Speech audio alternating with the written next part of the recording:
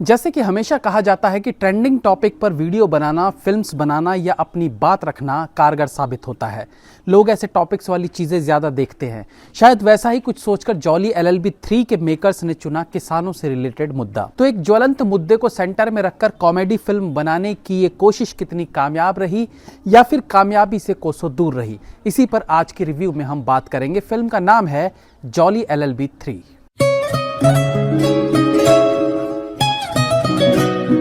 राजस्थान के गांव में जमीन एक्वायर करने के उद्देश्य से खैतान कंपनी एंटर करती है और देश को विकास की राह पर ले जाने की बात कहकर गरीब भोले भाले किसानों से वो जमीन हथिया लेते हैं। अब फिल्म से हटकर कुछ कहने का मन है मेरा, जिसे पॉलिटिकली ना ले। 70s, 80s, 90s की फिल्मों से ही इस तरह के दृश्य हम फिल्मों में देखते आए हैं। पहले साहूकार, ठाकुर और जमींदार टाइप के लोगों को ये सब करते दिखाया जाता था कि किसान जमीन के पेपर लेकर इनके पास आता था और जमींदार उनसे पेपर पर अंगूठा लगवा लेता था और जमीन अपने नाम कर लेता था। कभी कभार अमरीश पुरी जैसे ठाकुर इन गरीब किसानों पर हंटर भी चलाते दिख जाते थे। तो शुरू से एक चीज दिमाग में बैठा दी गई है, गरीब भोला भाला पीड़ित किसान और जालिम ठाकुर जमींदार साहूकार। मैं उस मोड में अभी नहीं जाऊंगा कि ठाकुर हमेशा क्रूर क्यों दिखाए जाते थे, वो सब आप समझ चुके होंगे। बात यहाँ फिल्मों में दिखाए किसानों की हो रही है। तो यस, वो एक ऐसा समय था जब किसान गरीब भोले भाले भी थे। हालांकि फिल्मों में तो सब कुछ बड़ा करके दिखाया जाता है, तो मे बी कि एक दो केस में इनके साथ बेईमानी होती थी, बट दिखाया ऐसे जाता था जैसे सारे किसानों के साथ जुल्म हो रहा है। तो वो फिल्म बनाने का एक तरीका होता है, वहां उन्हें एक्सट्रीम करके चीजों को दिखाना ही पड़ता है। बट अब 2025 में भी जब सेम पैटर्न पर फिल्म बन रही है, जहां अब जमींदार की जगह बड़ी कंपनीज ने ले ली है, खैतान ग्रुप ने ले ली है, और आज के हाईटेक जमाने में भी अगर आप दिखाओ कि किसी किसान को बहला फुसलाकर नकली कागज के दम पर जमीन एक्वायर कर ली है, तो ये थोड़ा बचकाना लगता है। और मैं ये सब कुछ वैसे ही नहीं कह रहा हूं, मैं फिल्म रिव्यूज के साथ किसानी भी करता हूं और बिहार के सबसे पिछड़े गांव में से एक गांव में करता हूं। और यहां ये बूढ़े हो चुके किसानों की जमीन और उसके पेपर को लेकर जो नॉलेज देखता हूं तो सरप्राइज रह जाता हूं। इस सोशल मीडिया इंटरनेट के जमाने में बिना इंटरनेट यूज किए वो हमसे 4 कदम आगे की नॉलेज रखते हैं। चलो बैक टू मूवी रिव्यू आते हैं। तो ये जमीन हथिया लेने वाला कॉन्सेप्ट बहुत ज्यादा बिलीवेबल नहीं लगता है और जमीन ना देने वाले किसानों की गिनती शायद हजारों में भी नहीं है। आप नोएडा, दिल्ली में चले जाइए, वहाँ के किसान इस आस में रहते हैं कि कब सरकार ज़मीन ले और हमें अच्छा मुआवजा मिले। आपको नोएडा में जितनी बड़ी बड़ी गाड़ियाँ मिलेंगी, उनमें ज़्यादातर मुआवजों के पैसों से खरीदी हुई गाड़ियाँ मिलेंगी। तो आज उनका लाइफस्टाइल देखेंगे तो आप दंग रह जाएंगे, जबकि ये वही किसान थे जिनके पास ज़मीन थी लेकिन उनकी कीमत कौड़ियों के भाव भी नहीं थी। आज वो करोड़पति अरबपति बन चुके हैं। और ये मैं हवा में नहीं बोल रहा हूँ, आप गूगल करिए और जो दिल्ली NCR में रहते होंगे वो अच्छे से जानते भी होंगे।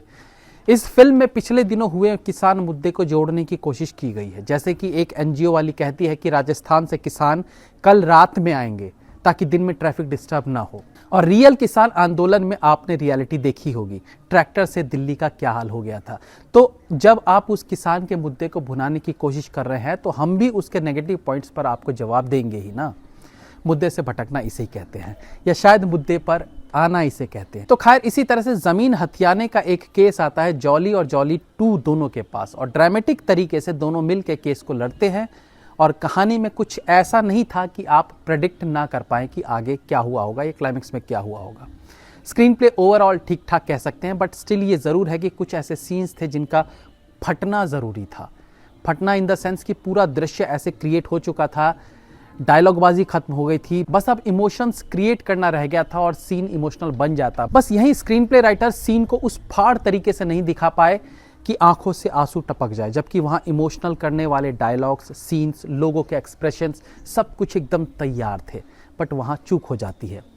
एक्टिंग की बात करें तो अक्षय कुमार अगेन अपने रोल से इंप्रेस करने में कामयाब रहते हैं।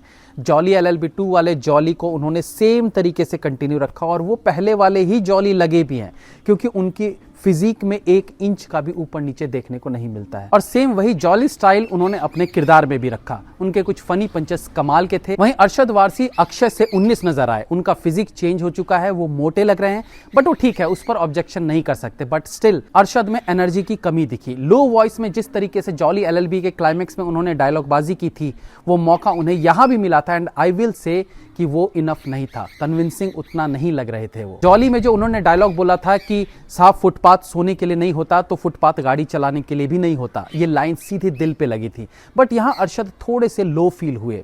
वहीं सौरभ शुक्ला कुछ अलग करने के लिए जो ट्राई करते हैं वो समझ से परे लगा। यानी वो डेटिंग वगैरह ठीक ठाक ही था वो, बट अपने कोर जज वाले रोल में वो कॉपी पेस्ट करते ही दिखे। सेम मोमेंट्स क्रिएट किए, थोड़े से डायलॉग्स में हेरफेर कर दिए बस। वहीं राम एज लॉयर इंप्रेस करते हैं। उनकी लास्ट की स्पीच जबरदस्त थी। डायलॉग्स बोलने में उनके टोन पर उनका कंट्रोल दिखा। एक्टर जानता है कि किस सेंसिटिव बात को किस टोन में एक्सप्रेस करना है। इसके बाद जो प्रभावित करते हैं वो है गजराज राव। गजराज राव एक अद्भुत टैलेंट है, आई फील, जिसका इस्तेमाल बॉलीवुड ठीक से नहीं कर पाई है। डायलॉग्स बोलने की समझ तो उनकी कमाल की है ही, बट बिना बोले भी जिस तरह से वो एक्सप्रेशन से अपनी बात कह देते हैं वो कमाल है। एक दृश्य में अपने सेक्रेटरी को घूरते हैं। नॉर्मली वो घूरना 1-2 सेकंड का हो सकता था अगर कोई और एक्टर होता तो, बट उनका वो घूरना जो है वो 5-6 सेकंड तक जाता है। एक बार को मुझे लगा डायरेक्टर कहीं कट कहना तो नहीं भूल गए, बट नहीं, वो 5-6 सेकंड घूरना दिखाता है कि वो उस केस को लेकर अपने सेक्रेटरी से कितने नाराज हैं और उसे सेक्रेटरी पर पूरा भरोसा नहीं हो पा रहा है कि वो केस निपटा लेगा या नहीं। मतलब मिक्स्ड एक्सप्रेशन वाला वो सीन था। गजराज राव का पहला सीन और पहला स्पीच बहुत इफेक्टिव था, जिसे उन्होंने अच्छे से बोला भी और उसको बड़ी खूबसूरती के साथ लिखा भी गया था। And I agree with that dialogue.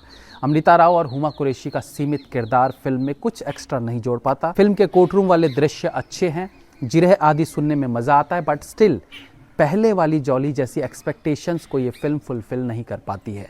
Climax scene में सब कुछ अच्छा था, एज आई सेड, फट नहीं पाया।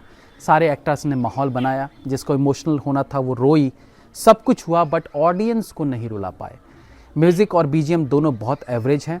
हाँ, कुछ एक एक्शन वाले सीन्स में बीजीएम अच्छा लग रहा था। डायरेक्शन में बेहतरी की गुंजाइश रहती है। कहानी पर थोड़ा और वर्क किया जाना चाहिए था, बट फिर भी ये फिल्म निराश नहीं करेगी आपको। ठीक ठाक 2.5 घंटे आप इस फिल्म के साथ बिता सकते हैं। Have a nice day.